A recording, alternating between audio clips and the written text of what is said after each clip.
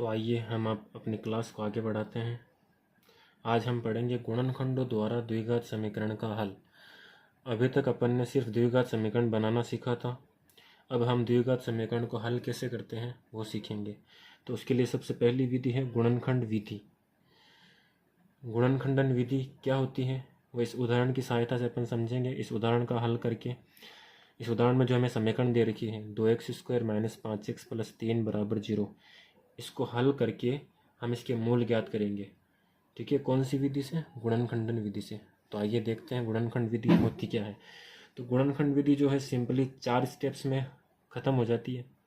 ठीक है ना, तो ध्यान से देखें क्या होता है। सबसे पहले हमारे पास दिया हुआ है समीकरण 2x² - 5x + 3 = 0।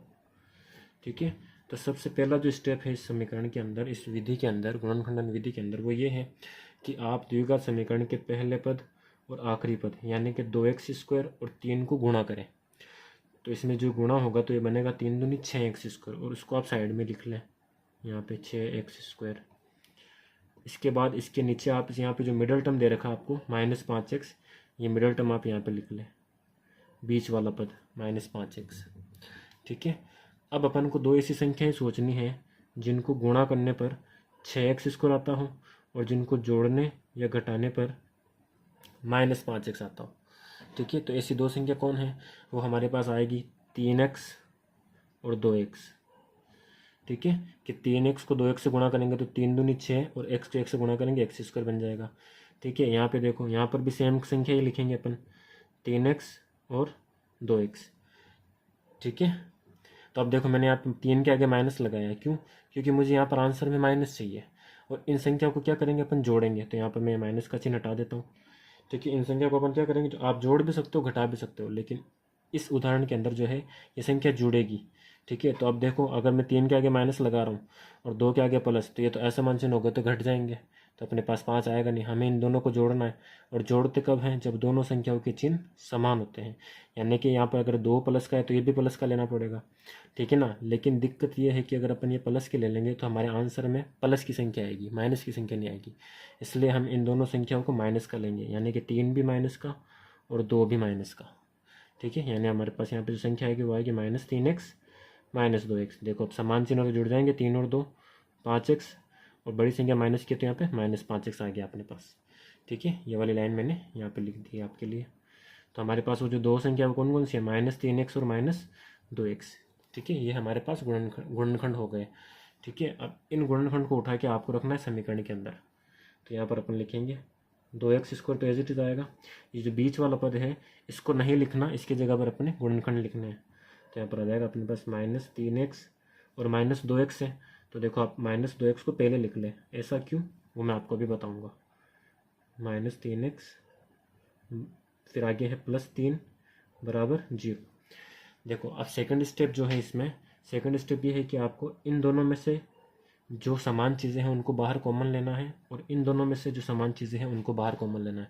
तो मैंने यहाँ पर ये -2x पहले इसलिए लिखा क्योंकि यहाँ पर भी 2 है, यहाँ पर भी 2 है, यहाँ पर भी x² है, तो 1x तो है ही इसके अंदर, है ना, और 1x में, तो इसमें से 2x बाहर कॉमन आ जाएगा। अगर मैं यहाँ पे 3 लिखता तो फिर 3 कॉमन नहीं आता, क्योंकि यहाँ पर 2 है, यहाँ पे 3 है, तो कॉमन नहीं आता। इसलिए कॉमन लेने के लिए हमने समान संख्याओं को यहाँ पे लिख लिया। इन दोनों में से भी जो है 3 बाहर कॉमन आ जाएगा, इसलिए मैंने -2 को पहले लिखा और 3 को बाद में लिखा। तो अब देखो अपन कॉमन लेते हैं। तो देखो 2x² है। ठीक है, तो रफ में देख लीजिए आप, ये रफ है यहाँ पे।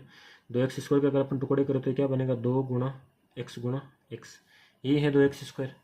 ठीक है, और यहाँ पर अपने पास क्या है? 2x, तो इसके टुकड़े क्या बनेंगे? 2 × x। तो अब देखो समान संख्या जो है ना वो हमारे पास बाहर कॉमन आएगी। तो यहाँ पर 2x और यहाँ पर भी 2x, तो यहाँ पे बाहर कॉमन कौन आएगा? 2x कॉमन आएगा। ठीक है ना, अब 2x², यानी इस 2x² में से 2x तो बाहर कॉमन चला गया, पीछे कौन बचा? x। उस x को आपको यहाँ पे लिख देना है x। ठीक है, यहाँ पर माइनस का माइनस, इस 2x में से ये पूरा 2x बाहर चला गया, तो पीछे कौन बचेगा? 1। ठीक है, ये आ गया हमारे पास कॉमन। अब ऐसे कैसे हमें इसमें से कॉमन लेना है? तो यहाँ पर अपन कॉमन लेंगे तो हमारे पास कॉमन आएगा -3, क्योंकि 3 इसमें भी है और इसमें भी है।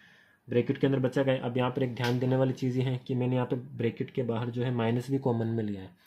तो जब अपन माइनस कॉमन लेते हैं तो जो संख्या है ना इनके चिन्ह बदल जाएंगे। अब इसमें से 3 तो बाहर चला गया, तो पीछे कौन बचा? x, लेकिन वो x माइनस का नहीं रहेगा, वो x प्लस का बन जाएगा, क्योंकि माइनस जो था वो बाहर कॉमन चला गया।